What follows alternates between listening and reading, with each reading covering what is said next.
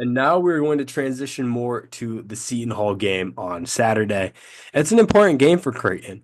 It's the pink out game in Omaha.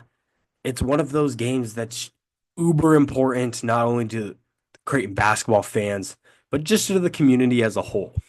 The last time Creighton and Seton Hall met at the CHI Health Center was a 21-point victory, 85-64. And it was one of those games where it was just a well played performance.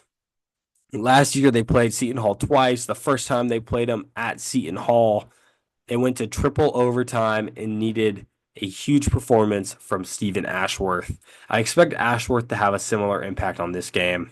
He loves playing against Seton Hall. It's one of those games that just means a whole bunch. And he will be looking forward to taking his or making sure that he's able to make an impact there as well. Now, they don't have some key players.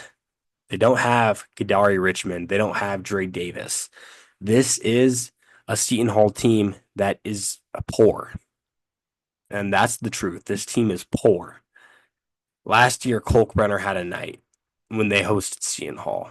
Shireman had a night. Trey Alexander was there, didn't necessarily have his greatest night, and Ashworth only contributed 10 points. But it was all around an important game for the Creighton Bluejays. And this is going to be another one of the most important games that Creighton has all season. Now, why is it important? And it's not because Seton Hall is necessarily very good. It's because after this, the road gets extremely more difficult. They host Xavier. Then they have to travel to Villanova, who's been one of the best teams in the Big East so far this year.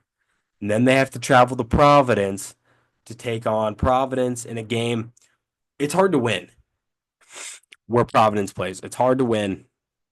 Extremely tough place to play. I like to call it, well, I'll always refer to it as the dunk.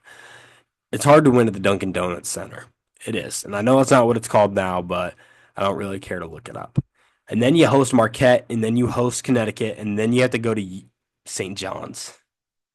So that's one, two, three, four, five, 6 games in a row before you host Georgetown, who beat the brakes off of Creighton in DC. So this game is going to be a great tune-up game because I feel like this is going to be pretty much the last game to get people acclimated to the Big East because the road gets more difficult.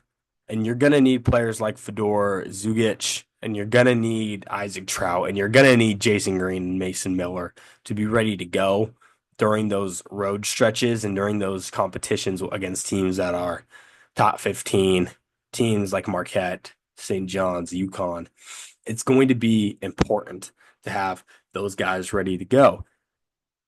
If we're just looking at the Seton Hall game, there are not a whole lot of there's just not a whole lot of things that scare me about Seton Hall.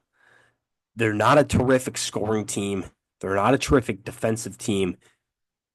But if you catch them on the wrong night, they could get you. I'm expecting Creighton to win because it is a home game.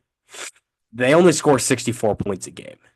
I'm assuming Creighton will hold them under that number. I'm anticipating Creighton's going to hold them under that number. They shoot 40% from the field. I'm anticipating Creighton is going to hold them under that number. They attempt, or they make around 6 3-pointers a game. I'm going to anticipate Creighton holding them, if not under that number, near that number. I could see a world where they get 7 or 8, but I don't necessarily know if it's going to make the biggest impact on the game. Rebounding wise, they average 33 rebounds a game. I anticipate them going under that number. If they go over, this game could be closer than what I'm thinking in my head this game's going to be. I would anticipate them going under that. They turn the ball over 13 times a game, which is a decent amount. I know Creighton turns the ball over a little more, but Seton Hall is just not a team that necessarily scares anybody, especially when you get them at home. But that doesn't mean you can take them for granted. They are still a high-level Division I basketball team. But I just think Creighton has better athletes. I think Creighton has better talent. I think Creighton's better coached. I think Creighton's home court environment's going to be better. I think Creighton Blue Jays get a big win on Saturday to move their winning streak to 5 games in a row before they take on Xavier on the 29th. It'll be a good game. It'll be a good day of basketball. I will be here to give you a recap of Seton Hall Creighton after the game on Saturday, and I will see you guys later.